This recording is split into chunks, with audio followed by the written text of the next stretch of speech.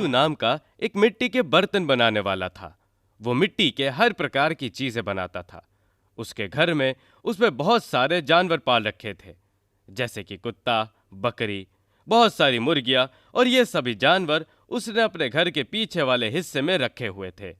घर का पिछला हिस्सा बहुत बड़ा था और वहां पर एक बहुत बड़ा पेड़ था। उस पेड़ पर बाकी कई सारे पक्षी आते थे और वहां सभी घर के पालतू जानवरों से बातें करते। उस घर के सभी जानवर एक दूसरे का बहुत ख्याल रखते थे। वो सब एक परिवार की तरह रहते थे। कुछ दिनों की बात है, जब भी घर की मुर्गियां अंडे देती थी, तब कोई वो अंडे चुरा कर ले जाता था और किसी को पता नहीं चलता था कि वो अंडे किसने चुराए हैं। इसीलिए सभी मुर्गियां बहुत परेशान हो गईं। एक बार मिकी मुर्गी ने अंडे दिए और वो बहुत खुश थी। अब जल्दी से मेरी मुलाकात मेरे बच्चों से होगी। मैं बहुत खुश हूँ। मैं अब इंतजार नहीं कर सकती मेरे बच्चों से मिलने के लिए। सभी मुर्गियां मिकी के लिए बहुत खुश थीं, पर उस रात को मिकी के अंडे चोरी हो गए। जब उसे सुबह ये बात पता चली, अरे रही, मेरे अंडे किसने चुरा लिए? मेरे बच्चे किसने चुरा लिए?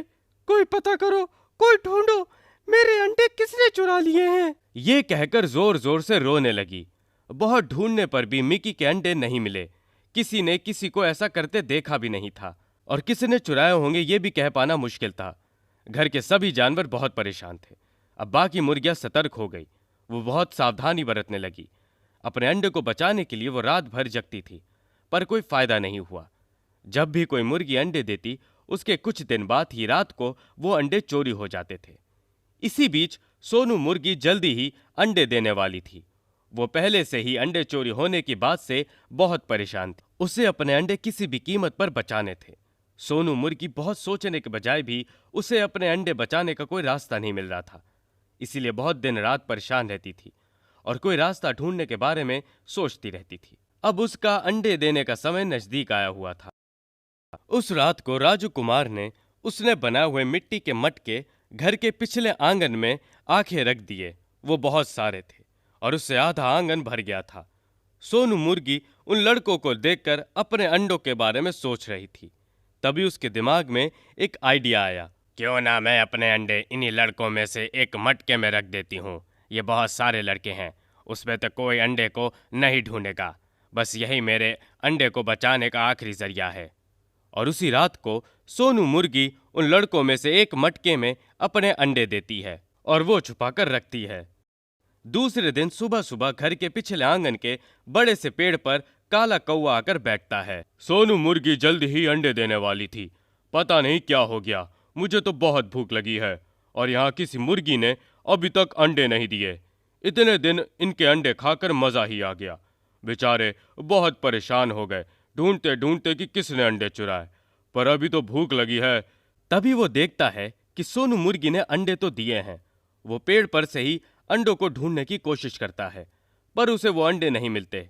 फिर वो धीरे से जाकर उस आंगन में बैठ जाता है। अरे टॉमी, मुझे लगा सोनू मुर्गी अंडे देने वाली, और उसे देखकर यह लग रहा है कि उसने अंडे दे दिए हैं, पर वो अंडे हैं कहाँ? मुझे भी नहीं पता, और यहीं कहीं है। किसी को अंडे कहाँ हैं ये बात पता ना चले, ताकि वो अंडे चोरी ना हो। काला कौवा तब हंसता है। यह भी सही है, अंडों को हमें बचाना होगा। वो वहां बैठे बैठे इधर उधर अंडे की खोज में नजर फिराता है, पर उसे अंडे कहीं भी नहीं मिलते। आखिरकार वो हार मानकर पेड़ पर चला जाता है। बाकी कुछ दिन वो रोज पेड़ पर आता है और अंडों की खोज करता है, पर उसे वो अंडे नहीं मिलते। ऐसे ही कुछ दिन निकल जाते हैं। एक दिन सुबह जब वो पेड़ पर आकर बैठता है, तब वो देखता है कि सोनू मुर्गी के छोटे छोटे बच्चे आंगन में खेल रहे होते हैं और सोनू मुर्गी बहुत खुश नजर आती है। अरे ये क्या, इसके तो बच्चे हो गए। पता नहीं उसने अंडे कहाँ छुपा कर रखे थे। सोनू मुर्गी अपने बच्चों को देखकर मुस्कुरा रही होती है और बहुत खुश होती है। सोनू, तुमने आखिरकार अपने बच्चों को बचा ही लिया। सभी जानवर सोनू मुर्गी के लिए बहुत खुश होते हैं। आगे से सोनू मुर्गी सभी मुर्गियों को अंडे बचाने का तरीका बताती है। तब से काले कौवे को मुर्गियों के अंडे खाने नहीं मिलते और सभी मुर्गियां अपने अपने अंडे बचा लेती है। इससे हमें ये सीख मिलती है कि किसी भी मुश्किल को हम दिमाग से काम लेकर पार कर सकते हैं। बहुत बड़ा जंगल था। उस जंगल में बहुत सारे प्राणी थे। सभी प्राणी एक दूसरे का ख्याल रखते थे और बहुत खुशी से रहते थे। उस जंगल में एक जादुई मछली रहती थी जो उड़ सकती थी। उस मछली को सब मछली परी कहते थे, पर किसी ने भी उसको कभी उड़ते हुए नहीं देखा था। मछली परी को जंगल के जानवर बहुत मानते थे। जंगल के सभी प्राणी उनकी परेशानी लेकर उस मछली के पास जाते थे और मछली को अपनी परेशानी कह के उसमें से रास्ता निकालने को कहते। मछली हमेशा अपनी पावर से जंगल के जानवर की सहायता करती थी, इसीलिए सभी जानवर मछली के पास जाते थे। एक बार एक मोटा हाथी मछली के पास गया। उसके पैर पर बहुत बड़ी चोट लगी थी। मछली परी, मेरी सहायता करो।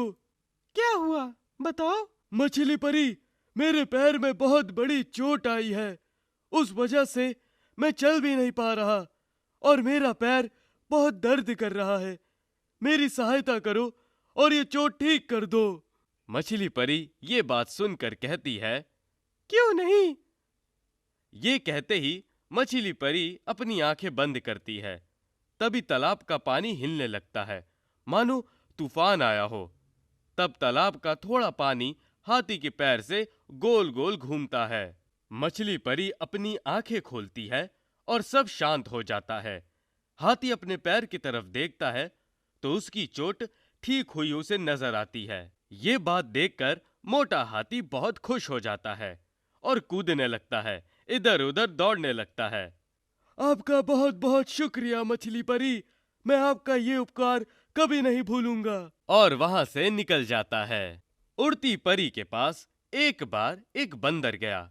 बंदर उड़ती परी को कहता है, उड़ती परी, मेरी सहायता करो। क्या हुआ, मुझे बताओ। उड़ती परी, मुझे खेलना बहुत पसंद है और अपने पूंछ पेड़ पर लगाकर झूलना मुझे बहुत पसंद है, पर मेरी पूंछ बहुत छोटी है। कृपया मेरी सहायता करो और मेरी पूंछ लंबी करो। क्यों नहीं, कहती है और अपनी आंखों से बंदर की पूंछ को देखती है। तभी उसकी आंखों से नीली बिजली जैसी रोशनी निकलती है और बंदर की पूंछ को छूती है।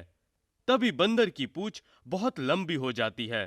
बंदर ये देखकर बहुत खुश हो जाता है। धन्यवाद मछली परी, आपकी वजह से अब मैं पेड़ पर बहुत खेल सकता हूँ। और खुशी खुशी वापस लौट जाता है। जंगल में बहुत सारे प्राणी मछली परी को बहुत मानते थे, पर कुछ ऐसे भी हैं जो उससे बहुत जलते थे। उसमें थी धूर्त लोमड़ी और भूरा भालू। उन दोनों को मछली परी बिल्कुल पसंद नहीं थी। उससे बहुत जलते थे क्योंकि जंगल के सभी प्राणी उसके पास मदद मांगने जाते थे। उनको लगता था मछली परी को किसी ने कभी उड़ते हुए तो नहीं देखा, तो इसको सब इतना क्यों मानते हैं। भूरा भालू को मछलियां खाना बहुत पसंद था, पर मछली परी की वजह से बाकी मछलियों को खाना भी नामुमकिन हो गया।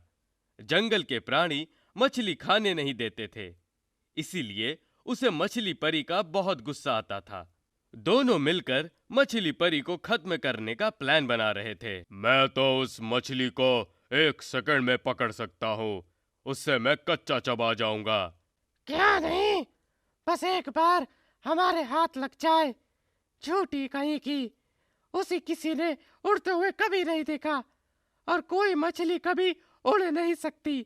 कितना झूठ बोलती है। रात को दोनों मछली परी को पकड़ने की साजिश बनाते हैं। दूसरे दिन दोपहर को उड़ती परी के तालाब पर जाते हैं।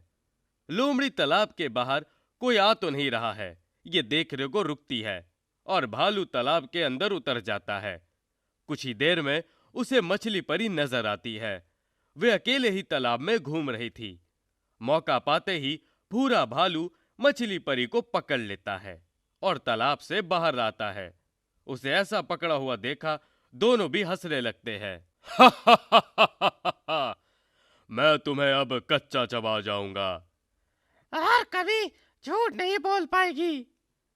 जैसे ही भूरा भालू मछली परी को खाने वाला होता है, मछली परी जोर से हिलती है और उसके दो बड़े बड़े सोने के रंग के पंख आ जाते हैं। उसे देखकर भूरा भालू डर जाता है और उसे हाथ से छोड़ देता है। मुझे पता था कि तुम दोनों को मुझसे कुछ शिकायत है, पर तुम इतने नीचे गिर जाओगे ये मुझे पता नहीं था। मैं अब तुम्हें सबक सिखा के रहूंगी। तभी वो अपनी आंखों से गुस्से से भूरे भालू की तरफ देखती है। तब नीली बिजली जैसी रोशनी निकलती है और भूरे भालू को छूती है। तभी भूरे भालू चूहे की तरह छोटा हो जाता है।